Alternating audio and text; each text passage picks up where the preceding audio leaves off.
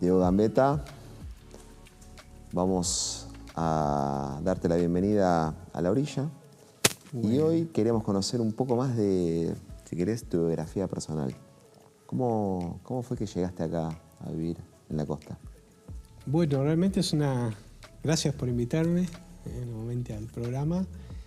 Es una historia larga que comenzó, bueno, en mi infancia. Yo vacacionaba acá en el Partido de la Costa, en Santa Teresita. Teníamos familiares acá en San Bernardo, en Mar de Ajó. Veníamos siempre de vacaciones y bueno, recorríamos estas playas durante casi todo el verano, ¿no? A veces eran vacaciones más largas. Uno de los sueños que tuve yo desde chico era venirme a vivir acá. Así que se cumplió. Yo hace 15 años que estoy residiendo en la costa, ya fijo, ¿no? ¿Y por qué soñabas eso? ¿Cómo se manifestaba? Porque era mi lugar, era esperar todo el año, terminar la escuela y soñar que me volvía para acá, ¿no? La pasábamos muy bien, realmente era muy feliz acá en la costa. Imagínate, yo era bien porteño y acá tenía espacio para correr, para jugar, andaba solo por todos lados, en bicicleta, y bueno, yo allá tal vez lo podía hacer, pero en espacios más reducidos. En medio de Capital Federal es más difícil, ¿no? Un chico de departamento. Era un chico de departamento, básicamente. Sí.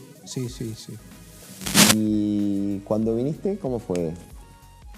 Decidí establecerme acá, bueno, llegué prácticamente, yo ya había terminado mis estudios en museología, bueno, estaba haciendo investigación paleontológica y eso también, empecé a venir muy seguido a esta zona porque estábamos haciendo unos trabajos de investigación, no en las playas, sino que más para el lado de la bahía San Borombón, y dije, bueno, esto me viene de perilla porque pienso seguir investigando en la zona, además que me quería radicar acá. Me establecí, primero, antes de hacerme conocer en la comunidad, como especialista en paleontología, como museólogo, claro, tuve que venir con algo fijo para poder subsistir. Así que me puse en una pequeña despensa, polirrubro, y bueno, a los primeros años la abría todo el año, después ya trabajaba en verano, y después, bueno, ya me dediqué oficialmente a trabajar en el museo y yo empecé como colaborador en el Museo de Mar de Ajó, presenté todos mis títulos, mis proyectos. Me acuerdo que estaba intendente Juan Pablo, estaba como intendente. Juan Carlos Castaño era el director del museo de Mar de Ajó y bueno, hacía un poquito había fallecido, así que tuvimos un año más o menos abriéndolo prácticamente ad honorem, el museo, y bueno, en los tiempos libres, articulando con mis charlas en clubes, en asociaciones de fomento, en escuelas. Yo estaba haciendo conocer mi trabajo paleontológico y armamos un club de ciencias con unos chicos de Mar del Tuyú. Así que estábamos muy abocados a la divulgación científica. Y mis prospecciones de campo seguían creciendo, así que se dio todo en una época, ya hace 10 años, que ocupé el cargo como director del museo. Y bueno, ahí empecé a gestionar, que deje de ser un museo localista o regional, ya para un museo con otro vuelo, ¿no? Yo ya tenía contacto con instituciones científicas y bueno, comenzamos a tramitar esto de los permisos de prospección, para trabajar con todo lo que acorde a la ley de patrimonio paleontológico, a declararlo repositorio, y que el museo también sea un museo de la historia, pero de la historia de todos, inclusive de los que vinieron hace 10 años. Todos formamos parte de la misma comunidad y de esa identidad costera. Entonces es algo que sigue creciendo. El museo era al principio un museo chiquito, muy localista, exclusivamente de algunas familias pioneras. Entonces había que abrirlo, había que darlo a conocer a la comunidad. Un poco eso fue mi trabajo en estos años, ¿no? Y a la hora de publicar tus descubrimientos, ¿en qué momento decís, bueno, ahora sí voy a publicar un libro? ¿No? ¿Qué es lo que determina eso? Mi primer libro lo publiqué viviendo en Buenos Aires. Es un estudio paleoantropológico con el origen de la humanidad, bueno, la evolución de las costas. Después ya empecé a trabajar con los mamíferos fósiles. Empecé a dar a conocer las especies que habitaron en la zona, la geología de los pagos del Tuyú. Y bueno, en esa época yo me vine a vivir, también vivían mis padres entonces, mi padre me acompañaba también mucho en mi vocación paleontológica. Fue prácticamente el que me impulsó a mí a dar a conocer lo que hacía, a publicar, a dar conferencias. Yo era bastante tímido años atrás y bueno, después de que, bueno, de estudiar, de mi formación, comencé a soltarme un poco, a dar a conocer todo lo que tenía guardado. ¿Y qué te decía tu viejo para eso? Y le encantaba. Aparte veníamos del mismo palo, porque mi viejo era historiador, numismático, así que estábamos en círculos culturales en Buenos Aires, íbamos a comer asado con los historiadores por ejemplo, del barrio del Museo Histórico de Liniers o con el Centro Numismático. Y yo me fui metiendo en el ambiente de los investigadores. Después comencé a colaborar en el Museo de Ciencias Naturales con José Bonaparte, que fue uno de los paleontólogos de vertebrados más importantes que tuvimos en el país. Falleció hace muy poquitos años, antes de la pandemia.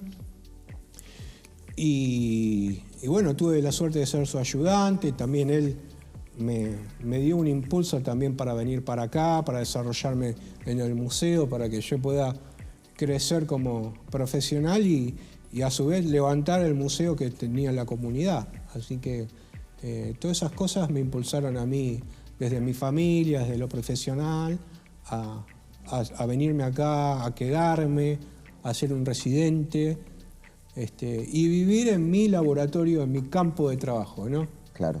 Claro. Y antes de que vos hicieras estas prospecciones, ¿alguien lo había hecho, este laburo, en la zona o no? Mira, había un grupo de rescate arqueológico paleontológico que eran profesores y vecinos, entusiastas en San Clemente, en la Escuela de Bellas Artes.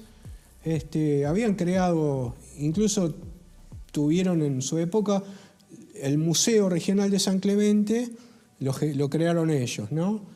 Estuvo en distintas sedes, empezó en la escuela, pero después se trasladó a una galería digamos, en la planta baja de un edificio. Y después, bueno, cuando lo agarré yo, estaba prácticamente abandonado ese museo. Y con el director de la Escuela de Bellas Artes, con Gustavo Romagnoli, recuperamos todo lo que había y lo volvimos al lugar donde se originó, que era la Escuela de Bellas Artes.